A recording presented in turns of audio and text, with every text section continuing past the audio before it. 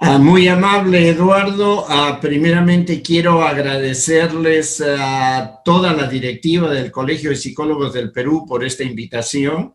Es un placer una vez más estar con un auditorio de colegas peruanos y poder compartir parte de nuestro trabajo de investigación acá en la Universidad del Sur de la Florida. Lógicamente, este tema es un tema bastante complejo y mi esfuerzo está dirigido a hacerlo lo más simple posible. Debido a las limitaciones de tiempo, tengo 45 minutos y voy a tratar de ser tan simple como sea posible para que deje yo básicamente el mensaje que me interesa y el propósito que tengo en este sentido de terminar esta conferencia de una manera que sea simple, sencilla y clara. Y espero cumplir ese compromiso. Deseo comenzar a manera de introducción indicando que en los 25 años, en el último cuarto de siglo que ha pasado, mi gran preocupación científica y mi gran interés ha sido responder a preguntas empíricas que tienen relación de por qué algunas personas son vulnerables al estrés y desarrollan un conjunto de síntomas y cuadros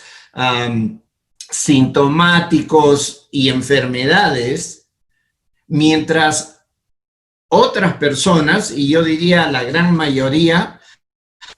viven una vida normal y a pesar de tener las mismas vicisitudes diarias, los mismos niveles de estrés y los mismos problemas cotidianos que tenemos todos en la vida, salimos adelante y manejamos y nos adaptamos a las situaciones de estrés que vivimos. En ese sentido, solamente quería tocar el concepto y el tema de la pandemia y el COVID-19, que lo voy a tomar como un ejemplo en un comienzo de esta presentación, y luego relacionarla con lo que realmente es mi trabajo científico, que está relacionado con pacientes con cáncer. Realmente encuentro un paralelo entre la experiencia del estrés que viven las pacientes con cáncer y lo que hoy en día el mundo entero está experimentando a través del COVID-19. Y quiero resaltar ciertos puntos importantes en términos de factores psicológicos que tienen un efecto negativo esencialmente en el cerebro. Quizás el propósito de mi presentación el día de hoy es tratar de ver este problema, cómo el estrés crónico afecta a nuestro cerebro. Y voy a hacer un esfuerzo en que pueda llevar a cabo una explicación simple de cómo es este proceso de que el cerebro se siente afectado por lo que nosotros vivimos diariamente bajo condiciones de estrés. En este sentido, utilizo el aspecto de la pandemia y del COVID-19 básicamente como un ejemplo claro de lo que es el estrés crónico, porque nadie se imaginaba lo que íbamos a vivir en el año 2020. Y la peculiaridad de este fenómeno es de que no solamente se da en el Perú, sino se da en el mundo entero, e incluso en Estados Unidos. Tenemos la situación de ser el primer país del mundo con mayor cantidad de infectados y mayor número de muertes. El Perú, de acuerdo al aspecto de una menor población, tiene los promedios bastante parecidos a Estados Unidos y Europa no está atrás, estamos todos en la misma olla. Entonces yo he pensado y creo que la experiencia del COVID-19 desde el 16 de marzo a la fecha nos permite entender mi presentación relacionada con lo que todos nosotros estamos viviendo. Normalmente, esta parte de este tipo de presentación la hago yo directamente relacionando con el estrés crónico que viven los pacientes con cáncer, porque hace 25 años que trabajo en esa población y básicamente orientada a encontrar datos científicos que nos expliquen por qué ciertos pacientes con cáncer manejan la situación del diagnóstico y tratamientos de una manera adecuada, normal, adaptada, mientras otros pacientes se descompaginan totalmente. Y he considerado que tomar en cuenta el COVID-19 es una gran oportunidad porque nos estamos incluyendo todos. Y realmente yo, de todo lo que he aprendido de mis pacientes en los últimos 25 años, encuentro un paralelo muy similar entre la experiencia del COVID-19 y lo que los pacientes con cáncer encuentran en términos de lo que es el estrés que nos presenta esta situación. Uno de los puntos que quiero mencionar, y para comenzar este aspecto dando el ejemplo de los pacientes de COVID-19, quiero aclarar de que el concepto de estrés crónico, que muchas veces no es bien entendido, porque se ha escrito mucho sobre lo que es estrés, y siempre se habla de estrés en la televisión, en las revistas, en los periódicos, en todo sitio, pero la gran mayoría de personas sinceramente no tienen un claro entendimiento de qué es el estrés, cómo se desarrolla, cómo se presenta y cómo afecta no solamente al organismo, sino el cerebro, que es el órgano fundamental que genera un conjunto de enfermedades. Todas las enfermedades relacionadas con el estrés crónico parten del cerebro, llegan a los diferentes órganos, los cuales generan muchos tipos de enfermedades, ya sea obesidad, diabetes tipo 2, problemas cardiovasculares, hipertensión arterial y cáncer. Sin embargo, no nos ponemos a pensar que el cerebro es ese órgano que exactamente genera y es donde se inicia todo este proceso de estrés crónico y enfermedad. Y mi reto es en estos momentos, en menos de 45 minutos, dar una explicación neurobiológica, obviamente, de qué es lo que pasa en el cerebro para que genere este tipo de problemas que mucha gente vulnerable terminan enfermándose. Para comenzar, lógicamente, me parece que debo aclarar este concepto de lo que es el estrés crónico para que todos nosotros, la audiencia y los que estamos presentes, podamos tener la misma idea. Y la definición de estrés crónico en términos generales hay muchas, pero la más importante, creo yo, y la que tiene mayor aceptación es de que el estrés crónico es un fenómeno experimentado por un individuo, por una persona, debido a constantes situaciones de amenaza en un prolongado periodo de tiempo. Y eso es básicamente lo que consideramos el estrés crónico. Hay dos características importantes que la convierten en un fenómeno único en comparación al estrés agudo o al estrés común. En el estrés crónico se requiere del factor de situaciones constantes, un martilleo constante del estrés o de la experiencia de amenaza y presión que uno puede vivir, pero de manera constante. que opuestamente a lo que es el estrés agudo,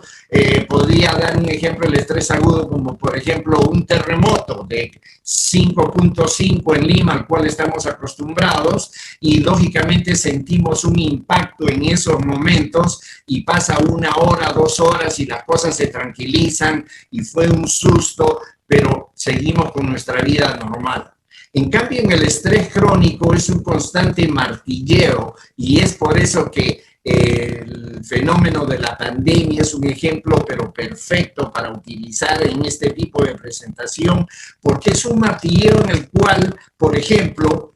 la gran mayoría de personas en el mundo entero están sometidas a un aislamiento social que es realmente un factor psicológico negativo que produce una serie de consecuencias a nivel mental.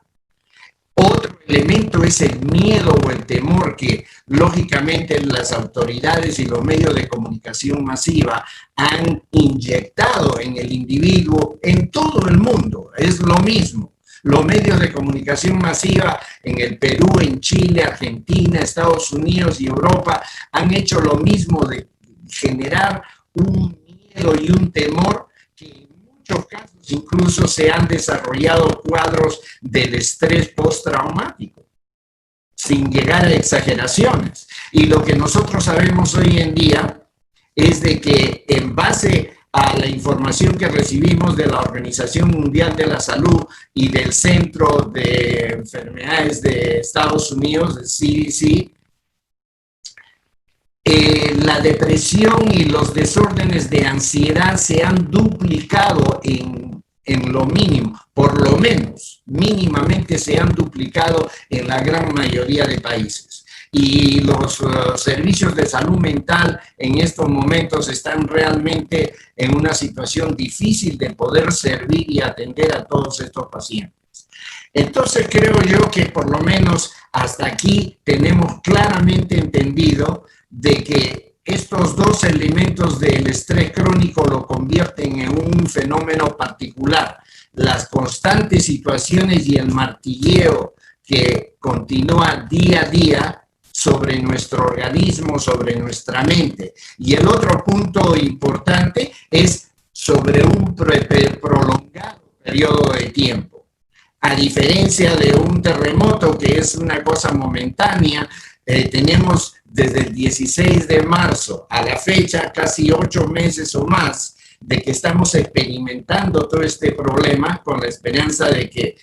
la vacuna salga en algún momento y pueda rebajar nuestras situaciones de defensas, de preocupación, de miedo y temor.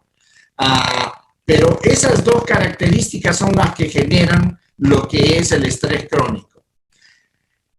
En términos de mis investigaciones en los últimos 25 años, el estrés crónico personalmente lo he desarrollado con un modelo conceptual diferente, no muy diferente que digamos, sino es más bien una diferencia semántica y a la cual la denomino el distrés emocional percibido. Incluso hemos desarrollado en nuestro laboratorio un inventario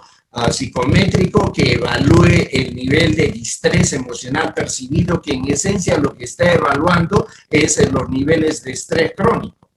Y es más, últimamente la Organización Mundial de la Salud ha tipificado a lo que llamamos estrés crónico para propósitos de nuestra presentación y a lo que yo personalmente desde el punto de vista científico y en nuestras investigaciones en la Universidad del Sur de la Florida consideramos el distrés emocional percibido. La Organización Mundial de la Salud ahora la denomina una fatiga pandémica y es por eso que esta figurita nos daba la idea de una persona que está trabajando en la casa a través de Zoom, llevando su trabajo, si es que no lo ha perdido, y llega a un nivel de cansancio y de fatiga que lógicamente genera un cambio de estilo de vida en el que probablemente, como sabemos, hay mayor consumo de calorías, gente que ha subido de peso significativamente, mayor consumo de alcohol, mayor consumo de cafeína y otro tipo de problemas en las que está generando, además de los problemas psicológicos mencionados como la depresión, los desórdenes de ansiedad y el estrés postraumático, ha generado una serie de problemas médicos como la obesidad y la diabetes y problemas cardiovasculares, que lógicamente son un problema médico el cual se ha incrementado enormemente. Habiendo aclarado este punto de lo que es el estrés crónico y esperando que todos estemos claros en lo que me refiero de estrés crónico, la idea es tratar de explicar y presentar de una manera muy simple y breve qué es lo que pasa en el cerebro cuando una persona experimenta el estrés crónico. Entendiendo que este es un proceso mental prolongado y que se termina en un periodo de tiempo, todos sabemos de que lógicamente la depresión y la ansiedad, los estados de pánico, el temor y el miedo están no con todos nosotros, pero están con un porcentaje de personas todos los días. Y en muchos casos, como le vuelvo a repetir, han desarrollado un cuadro de un estrés postraumático. Lo que voy a explicar de una manera simple, porque la situación, lógicamente,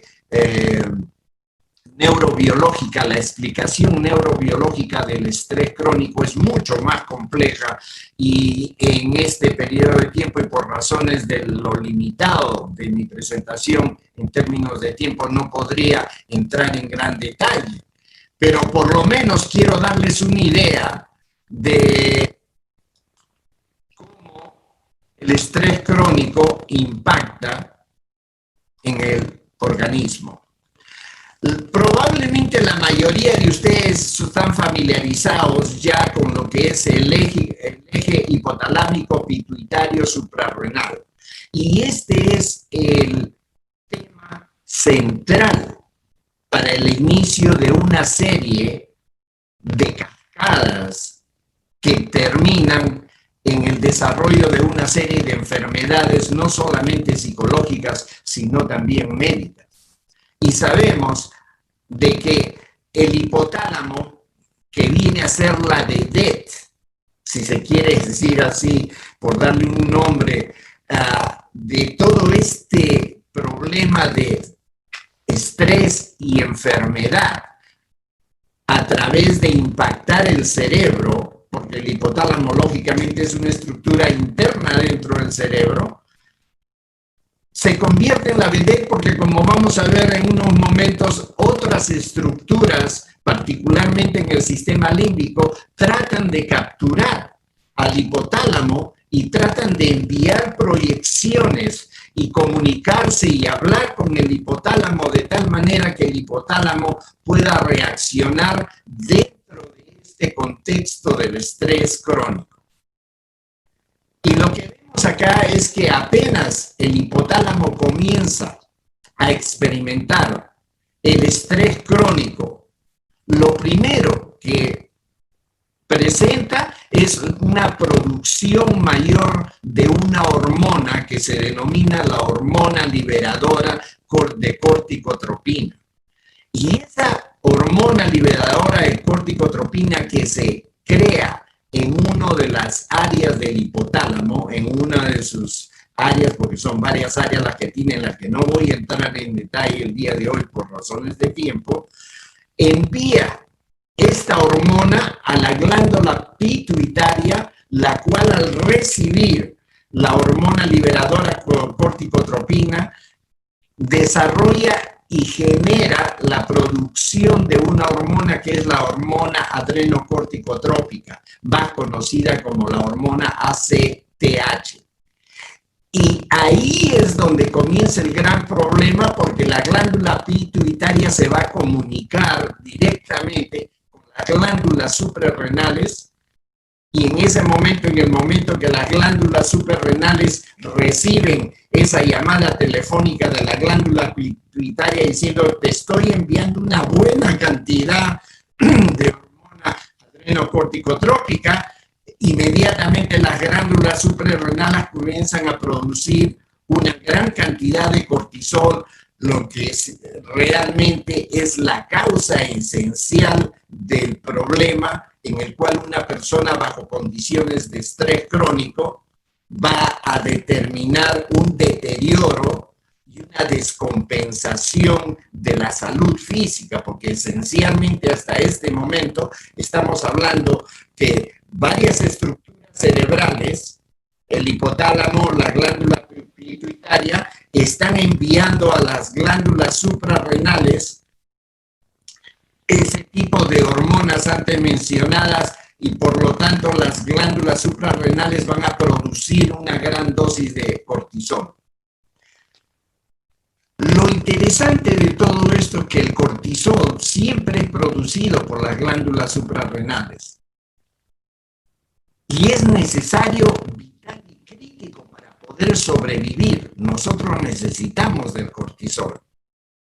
Sin embargo, el problema es cuando el cortisol comienza a producirse de una manera desmesurada. E imagínense ustedes el agua en un toilet del water, en el que lógicamente el agua, ustedes hacen un flash del toilet, el agua sube, pero llega un momento en que la bomba para el agua y todo está bajo control. Y eso lo llamamos nosotros una homeostasis desde el punto de vista fisiológico, y modernamente lo llamamos lo que es la alostasis.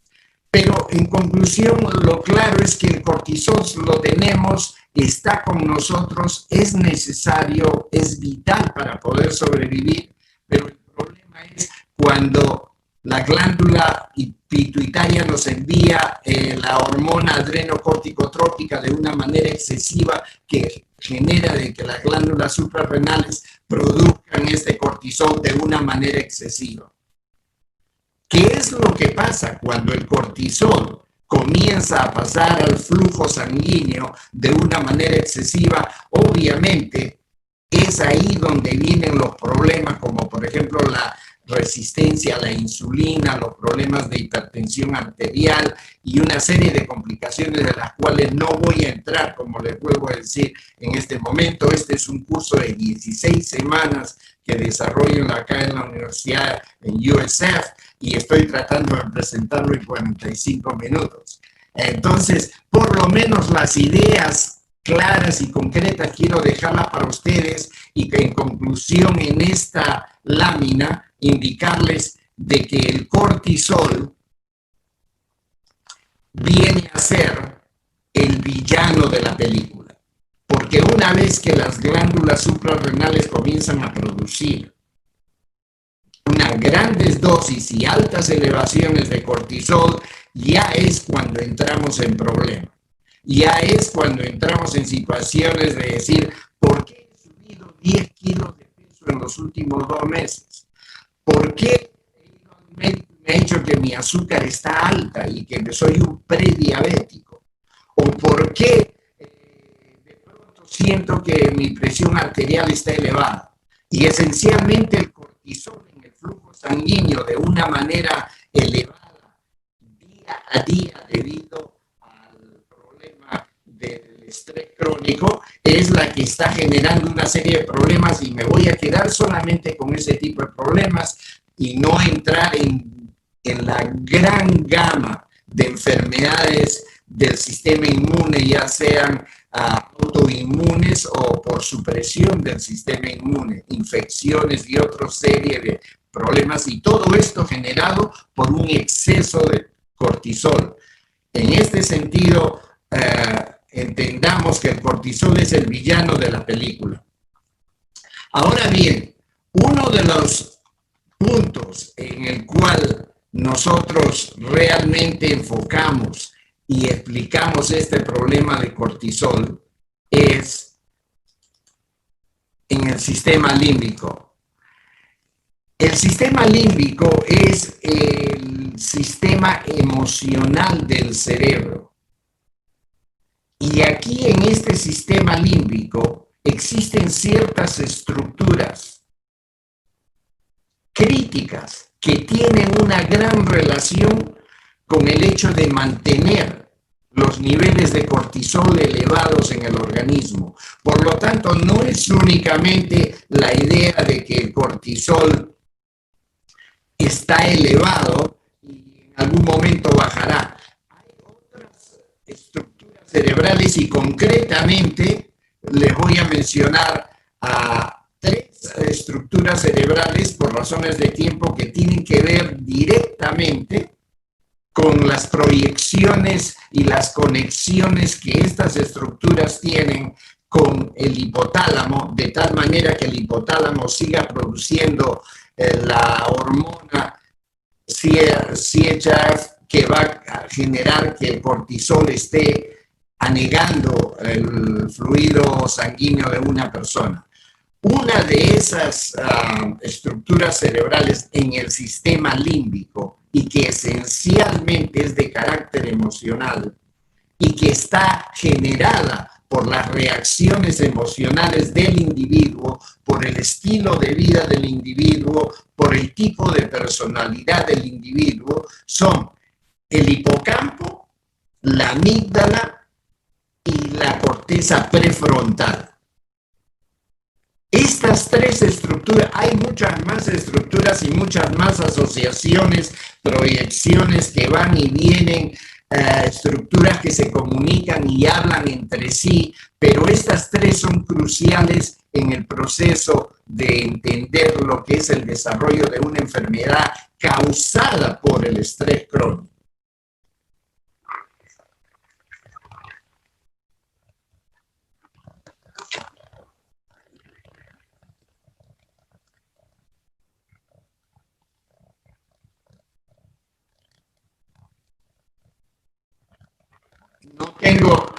No tengo ningún, aseguro que no es aquí en mi oficina, porque no tengo el celular acá, no tengo el teléfono, nada que pueda interferir, ningún aparato electrónico que esté interfiriendo con el sonido. Probablemente es una situación de la conexión, lo cual a la vez, muchas veces cuando llamo por teléfono, cuando me comunico particularmente en Zoom con mi familia en Lima o con algunos amigos, siempre encuentro que ellos encuentran esas interferencias y en algunos casos incluso se paraliza la conversación, hace un freeze. Esto no me, lo que usted me dice no me sorprende, pero no tiene que ver con nosotros porque incluso tenemos un internet y un wifi bastante poderoso, en lo cual mis comunicaciones de Zoom o de Microsoft Teams acá dentro de los Estados Unidos fluyen sin ningún problema. Los problemas son generalmente cuando se dan con otros países.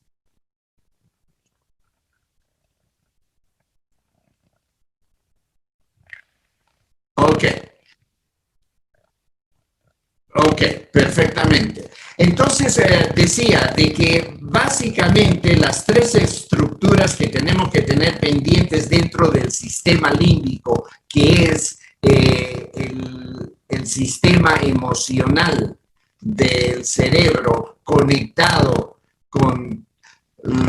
el hipotálamo, estas 3 estructuras todos tratan de agarrar al hipotálamo como rehén. La amígdala trata de enviar proyecciones al hipotálamo y tratando de eliminar al hipocampo y sucesivamente. Entonces es una lucha constante, por lo cual el hipotálamo generalmente es manejado a manera de ser un rehén de estas 3 estructuras vitales que son la corteza prefrontal, la amígdala y el hipocampo. Bien, dentro de todas estas proyecciones, lógicamente, acá podemos ver nosotros las proyecciones a las cuales me refería, como por ejemplo el hipocampo, que esta es zona azul, la amígdala es el tamaño de una nuez, es de color rojo, y la parte prefrontal que se encuentra en este lugar, sobre todo la parte de la corteza prefrontal dorsolateral y la corteza cingulada anterior, que son las dos secciones de la corteza prefrontal que tienen directa conexión y asociaciones con la amígdala y con el hipocampo, genera de que el estrés crónico llegue a un momento en que deteriore estas estructuras cerebrales, las tres, y por dar ejemplos, el hipocampo bajo condiciones de estrés crónico llega a reducirse en tamaño, y lo vemos porque hoy en día con la alta tecnología disponible como los MRI funcionales, podemos observar de que la activación en el hipocampo, por ejemplo, en pacientes con cáncer, que es lo que trabajamos nosotros, tiene una reducción cuando observamos que estos pacientes tienen problemas de memoria o problemas de aprendizaje, porque el hipocampo esencialmente en términos de funciones está relacionada con el aprendizaje y con la memoria. Entonces, una alteración del hipocampo debido al estrés crónico genera una pérdida de memoria y dificultades de aprendizaje, incluyendo el achicamiento del hipocampo. Se convierte en una estructura más pequeña y puede ser observado en los MRI funcionales y en otros tipos de imágenes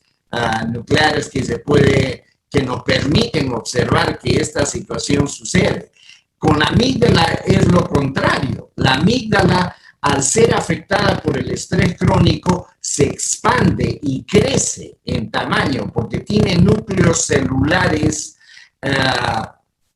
que se engrandecen en lo que nosotros entendemos como la sustancia gris, que son pequeños núcleos celulares que hay dentro de la amígdala que crecen y se expanden porque todas las proyecciones dendríticas y del axón de las conexiones de la sinapsis se expanden. Y lo importante aquí es ver de que la amígdala está relacionada esencialmente con la ansiedad, el temor y el miedo, y la agresión y hostilidad. Entonces nosotros vemos, por ejemplo, que personas bajo condiciones de estrés permanente elevan sus niveles de hostilidad y de agresión y de irritabilidad. Lógicamente, uno dice como consecuencia del estrés que la persona experimenta, pero esto está realmente traducido dentro de la amígdala, porque la amígdala es la estructura cerebral que está generando este tipo de problemas. Lo mismo, y hay miles de estudios científicos con animales y con seres humanos que han demostrado que la amígdala tiene un control absoluto sobre los niveles de ansiedad. Mucha gente con problemas obsesivos compulsivos, con rumiaciones y dándole vueltas a sus problemas con un nivel de negatividad, básicamente, como decimos en inglés, tienen a la amígdala como un hostage,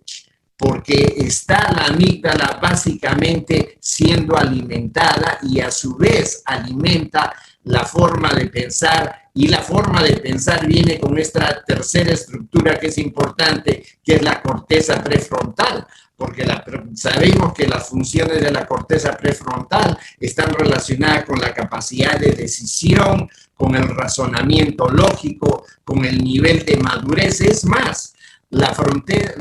corteza prefrontal recién termina de ser madurada y completada más o menos aproximadamente a los 25 años de edad.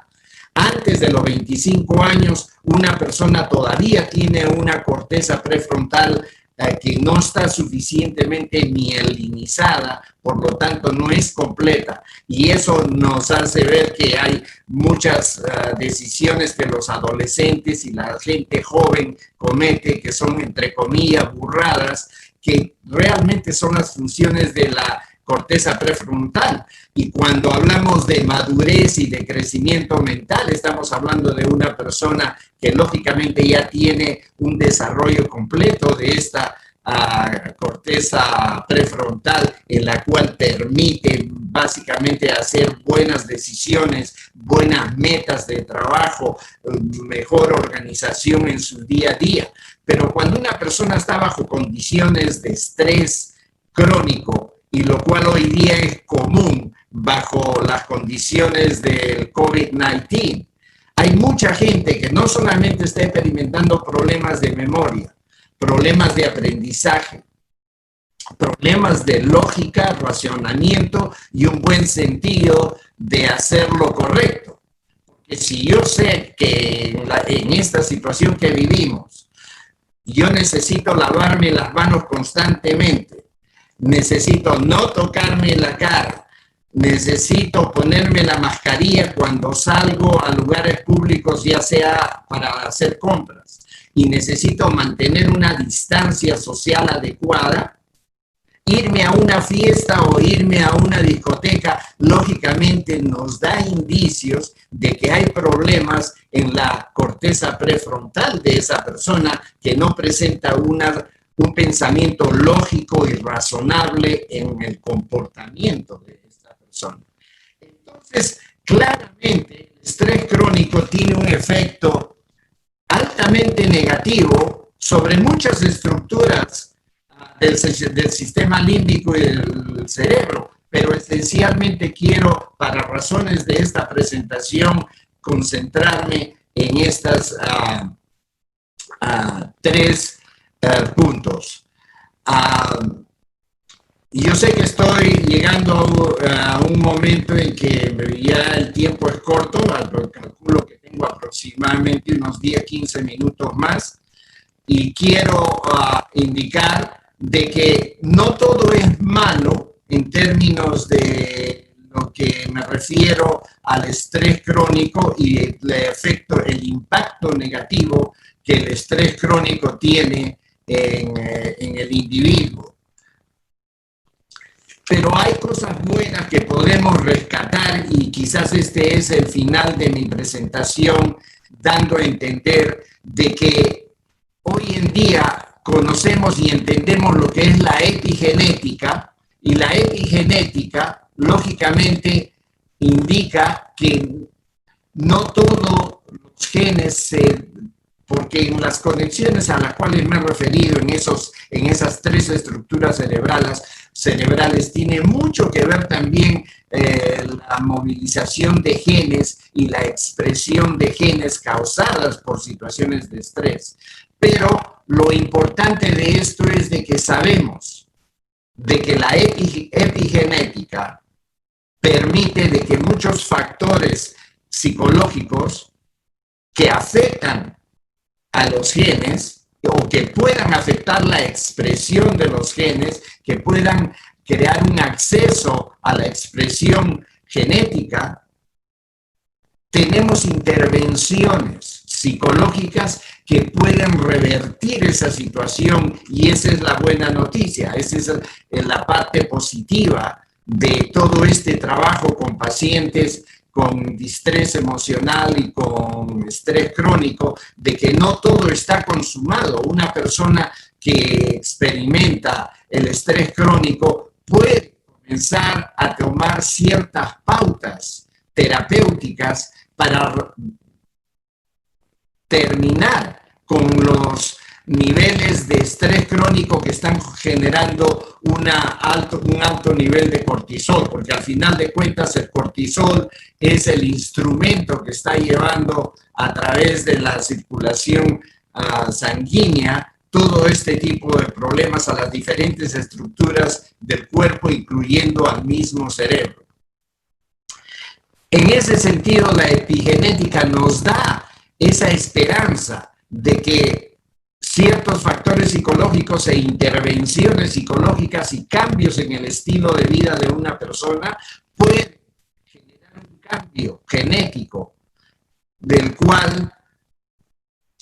la situación pueda restablecerse y una persona pueda encontrar un estilo de vida más adecuado y saludable. Craig Venter es un biólogo genético y es uno de los líderes en haber escrito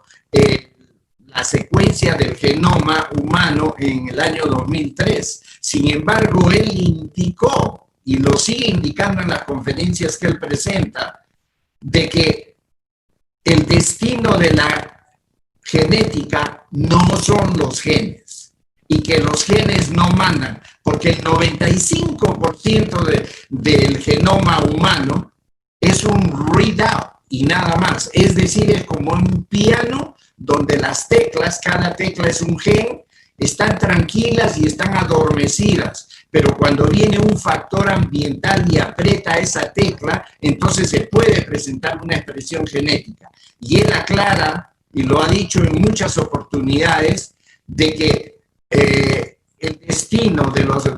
la genética no es biológica, sino es ambiental. Y dentro de ambiental se considera una serie de factores nutricionales, físicos en términos de ejercicios, de programas de entrenamiento físico y lógicamente factores psicológicos, características de personalidad y estilos de vida que nosotros podemos adoptar y llamarlos saludables, en los cuales podemos revertir una serie de problemas en los cuales los genes ya tenían un envolvimiento. Entonces, y es esto desde el punto de vista de la epigenética. Y por otro lado, otro concepto importantísimo que tenemos en el área de neurociencias es la neuroplasticidad, del cual nunca se entendió. Existía siempre el mito de que el cerebro y las neuronas del cerebro, conforme avanzábamos en edad, se quemaban y íbamos perdiendo neuronas. La ciencia de la neuroplasticidad, la cual es utilizada muy frecuentemente en el área de neurociencias, indica que la neuroplasticidad es la habilidad del cerebro humano para reorganizarse estructuralmente en respuesta al entrenamiento externo. Y este entrenamiento externo, lógicamente, se refiere a posturas terapéuticas que nosotros podemos utilizar para revertir la situación del distrés emocional que experimentamos o del estrés crónico que nos ha llevado a tener una serie de enfermedades. Y hay gente con diabetes tipo 2 que se recupera. Lógicamente la medicación es importante, pero el cambio de vida en el estilo de vida es fundamental para este tipo de cambios. Y justamente la neuroplasticidad es un concepto que refuerza esa idea. Por ejemplo, la meditación mindfulness, en la cual yo estoy trabajando ya más de 20 años y todo lo que he aprendido de mis pacientes con cáncer, es increíble ver cómo nuestros pacientes pueden reducir sus niveles de colesterol, pueden reducir una serie de marcas biológicas y una vida completa a pesar de los tumores y es una de las razones por las cuales, por ejemplo, en los cánceres de mama, de próstata o colorectal cáncer, si una persona cambia su estilo de vida, hay una remisión de todo ese tipo de cánceres que hasta hace unos años se consideraba realmente letal. Otro punto antes de terminar que es importante es esto lógicamente indica esto nos indica cómo el estrés crónico y mindfulness tienen una relación en la que mindfulness y esa es la esencia de mi trabajo en los últimos 25 años. Todos los pacientes con cáncer que vienen a nuestro programa son pacientes que por el hecho de tener el diagnóstico de cáncer, por el hecho de haber recibido quimioterapia, radiación y muchas veces cirugía, experimentan un estado de estrés permanente, estrés crónico, y vienen a nuestro programa y lógicamente nuestro programa es un programa de 6 semanas bastante manualizado, bastante estandarizado, en el cual no solamente los entrenamos a meditar y a entender y a tomar conciencia y prestar atención a los problemas que han llevado a su cáncer o a otro tipo de problemas que puedan tener de tipo médico, sino a entender que toda la rumiación mental que tienen todos esos síntomas obsesivos compulsivos o la negatividad en términos de su forma de ver el mundo, simplemente son una forma percibida. Y es por ello que nosotros elaboramos el inventario del estrés emocional percibido, porque en última instancia hay personas que experimentan el cáncer y hacen su vida normal. Dicen, para mí esto es un reto, no me asusta, yo sigo adelante y lo hacen. Pero hay personas que totalmente se deterioran, se abandonan y en adición al cáncer generan una serie de cuadros depresivos, de ansiedad, de estados de pánico y muchos otros tipos de problemas en las cuales nosotros hemos observado y poder ayudarlos. 17 años llevando este programa en la Universidad de South Florida con pacientes con cáncer, apoyado por el Instituto Nacional de Salud en estos 17 años por más de 10 millones de dólares. Estos pacientes nos han enseñado y nos han demostrado que pueden cambiar sus vidas y mejorar en el momento que cambian sus estilos de vida. Y lógicamente esta lámina nos da una idea de que los problemas generados en la amígdala y en el hipocampo a última hora son una situación percibida, porque el estrés crónico es últimamente un proceso percibido. Como decía al comienzo, muchas personas, a pesar del COVID, personalmente, en ningún momento he sentido el impacto negativo y han pasado 8 meses y hago mi vida normal,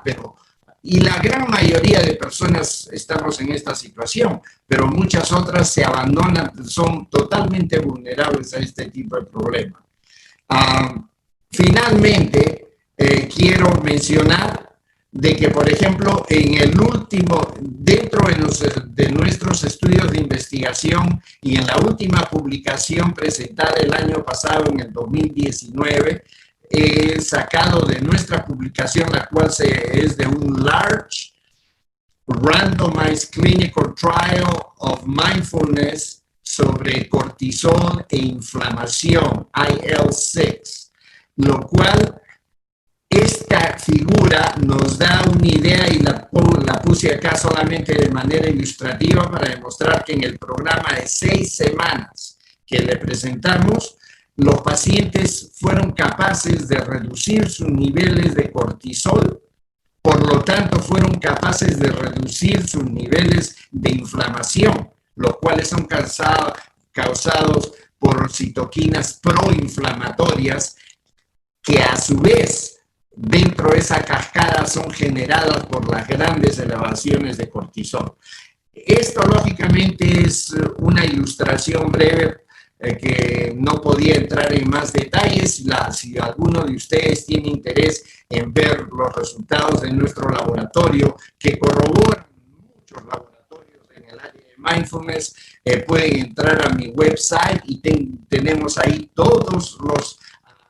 nuestras publicaciones en las que ustedes pueden hacer o descargar las publicaciones gratuitamente, porque mi website no es comercial, sino de reportar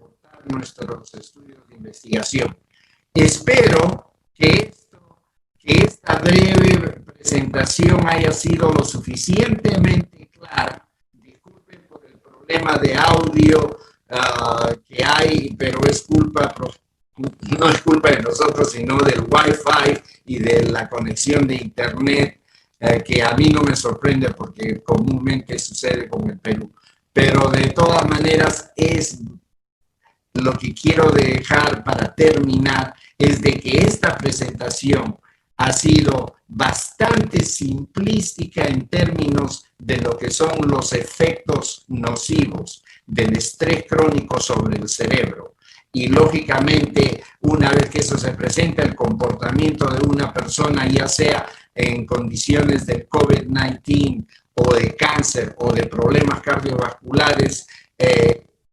generan mayores problemas y es un snowball de toda la problemática que existe. Muchas gracias por la atención prestada y hasta otra oportunidad.